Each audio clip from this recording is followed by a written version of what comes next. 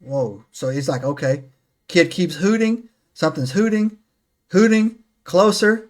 Charlie's panicking a little bit, and all of a sudden, man, bam, boom, out of the brush, man, a 7 foot tall female wild man, wild Mama woman comes out and whoops his breaks out. ass, is what you're Charlie saying. said that she was so well built and so muscular that she could have ripped him in half. That's what she said, right? And she was pissed, right? She runs up to the boy. They start talking in their language, and Charlie understands their language. And he starts talking in his language, and the girl turns around and says to him, "You just shot my friend," right? And he's like, "Wait, wait, wait, wait, wait, wait." He tells her the story. What? He's like, "I was Not hunting." on purpose, though. Yeah, he's like, "I was hunting. Thought he was whatever. I thought he was a bear. My dogs ran him into a hole. He came out." And he was like, I'm gonna die here, right? Like there's that like, and so I got no shot. the woman had and another thing too that makes me think that he's telling the truth is those little idiotic details that people grab on. He said she had hair down to her knees.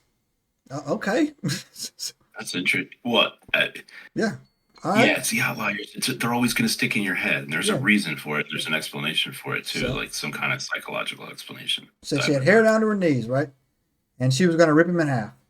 So what does she Mm, do? She picks up the boy and just walks away. and rolls. Walks into the woods, right? This Okay. story has receipts, kid, and I'll tell you why. So the next question I thought to myself would be, how does a white boy end up in the forest, butt naked, 12 years In old, a hole. in a hole near an Indian reservation where, how are you not dead? You understand? Turns out that there was a plane crash 10, 11 years ago of a French family in a small Cessna Wow. plane that crashed in that area. They found the pilot, the mother and dad, never found the kid. Well, I So mean, they just did it, but yeah, so evidently it leads to the whole how they can choose to be either good or evil, it just speaks to a higher function there. right? So this wild woman or her people found it. I don't know why Tarzan keeps popping into my head, man, but like found it Because it's kind of the and same deal. was raising him up, man, and It's essentially the same story, keeping an right? eye on him, right? Tarzan is the same story. Yeah, I mean, think about it, yeah, right? The apes and the animals of the forest raising a child, yeah. right? And so Or a it child also raising them in 10. this also leads me to something too, man. It also leads me something too about that. I actually think not only do I believe these stories, I really do. Stories over time can get embellished, right? But I actually believe the core of these stories, and I'm going to tell you. And I also there's something about these wild men or wild women that I another reason why I think that they're real and that I believe them is because that's the third or fourth time where they demonstrate emotion. Hmm. And I'll tell you, and I'll also tell you, if Not only, nature, not only just emotion, but empathy, empathy. which That's a is great word for it. that's a hard one. And there's no feelings in the wild. And I'll tell you a story right now. A wolf Exactly. will eat your face and not get happy or sad. Right? Period. It ain't even about the wild. It's about being the wild animal. Yeah. A woman will die in our apartment. A cat's already will face. Yeah. You know what I Exactly. mean? That's why dogs are better. Dog will never eat you. But anyway, so look, Yeah. I had a Yes, squirrel. hungry enough, you will. I had a squirrel. Right. Last summer, You had a squirrel. I had a Okay. squirrel. That's important, right? Uh-huh. So I would sit on my deck in evenings, and there was this squirrel, right? And Hmm. he had this big tree that I could real pretty close. And this squirrel, man, I used to enjoy watching this squirrel play. And I would feed it, man. I would throw it some peanuts or whatever Oh or yeah, whatnot. And I watched him get big and fat, and he was turning into the alpha squirrel, right?